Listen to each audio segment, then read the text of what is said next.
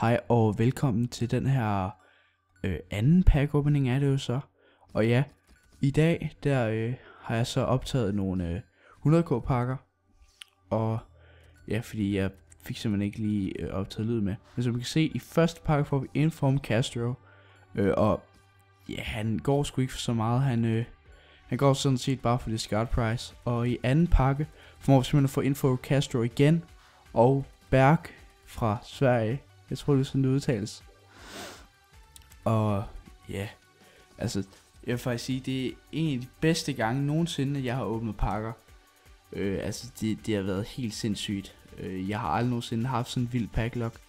Og jeg tror aldrig nogensinde, vi kommer til at få det igen. Fordi altså det slår bare ingenting af, hvad jeg har haft før i tiden. Altså. Og som I kan se her, så får vi Inform Ruffier. Det kan I ikke se nu, men det kan I se lige der. Derfor må vi simpelthen få Inform Ruffier. Og eftersom at der er det der Mario Crash, så går det ikke for særlig meget lige nu. Det går lige for discard price. Det er sådan set det. Og altså, ja, det er en af de dårlige ting ved at der er Team 4 lige nu, det er at de ikke går for særlig meget, eftersom de ligesom er, altså alt skal bare væk, sådan de kan købe nogle 100k pakker. Og som I kan se her, så sker det helt utroligt. Jeg formår at få en Team of the Year David Luiz. Altså det kan jeg lige så godt sige, det havde jeg ikke forventet ville ske. Det var helt vildt, og det var så bizarrt for mig, fordi jeg aldrig nogensinde prøvet at få sådan noget vildt i en pakke. Altså, jeg tror en gang, der har jeg prøvet at få en Team of the Season, og det var sådan en fra MLS ligaen. Så altså, det var ingen penge jeg tjente der.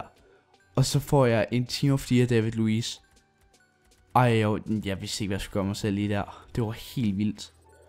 Altså, og jeg kan bare sige, altså, det packlock her, det fortsætter hele vejen igennem. Det er helt vildt, hvad jeg formår at få, fordi altså, jeg tror, jeg får åbnet 22 pakker. Og i dem formår jeg at fortjene nogle millioner tilbage. Jeg ved ikke. Det er de bedste pack openings, jeg nogensinde har lavet. Og i den her pakke, altså jamen, prøv. Hvor er det smukt. Vi får Inform Isco. Han går godt nok. Jeg har valgt ikke at sælge ham nu, fordi jeg går ud fra, hans pris går op. Men lige nu der jeg spiller på PC, og jeg har en controller til det, der går han for de der 50.000. Og det er bare ikke pengene værd, synes jeg ikke. Jeg vil hellere vente, og så vil jeg så sælge ham, når hans pris begynder at gå op igen. Når det marked står med at crash. Og ja, altså det er både godt og dårligt, at markedet begynder at crash, fordi hvis du gerne vil købe et hold, så er det nu, du skal gøre det. Men hvis du ligesom gerne vil af med nogle spillere, så er det ikke nu. Ja, og i den her pakke formår vi så at få Nastri fra Manchester City. Altså det er jo en fin pakke, men altså han går ikke særlig meget, og pengene overhovedet ikke tjent ind. Det er ikke engang tæt på. Altså det der er med market crashet, det er jo at det er jo godt for nogen, fordi at de kan købe billige spillere.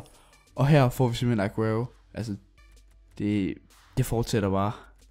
Altså Aguero, altså inden der Aguero han er gået ned, han startede på 300 på PC, og nu er han nede på de der 250. Så hvis man vil til at købe en spiller, så skal jeg altså nu lige inden at det hele stopper, og det er nok ved at stoppe. Det stopper mandag klokken 6, tror jeg der. Så er alt Team of the Year over, og så begynder deres priser ellers bare at gå op. Og ja, vi får så Aguero igen. Altså det fortsætter bare. Jeg ved ikke, hvad der sker her for tiden. Det er helt vildt mærkeligt. Men altså som vi kan se her, så nu skal I se her. Yes. Her formår vi simpelthen at få 2 Informs. Inform Castro og Inform Ruffier. Og som også bare går for discard price. Lige her for tiden, jeg tror ikke de kommer til at gå op. Og så i den her pakke. Prøv at se, hvad der kommer frem på skærmen her. Team of the Year David Luiz. Igen. Det er fantastisk. Det er simpelthen jeg har aldrig nogensinde prøvet at få så mange gode spillere på så kort tid. Altså det var helt bizart, fordi normalt når man pakker hver sandsynlighed, får du bare for en Aguero. Altså det sker næsten aldrig. Men så for 2 Team of the Year David Luiz, altså det var smukt. Altså der var simpelthen ikke noget at komme efter der. Og ja, som I kan se, så får vi Diego Costa og Sturridge, men ham kan vi ikke lige se lige nu. Men han kommer hen i duplicatesene. Men altså, det var også en fin pakke, men de går bare ikke for nok de to til, at man får tjent sine penge tilbage. Og det er selvfølgelig lidt ærgerligt.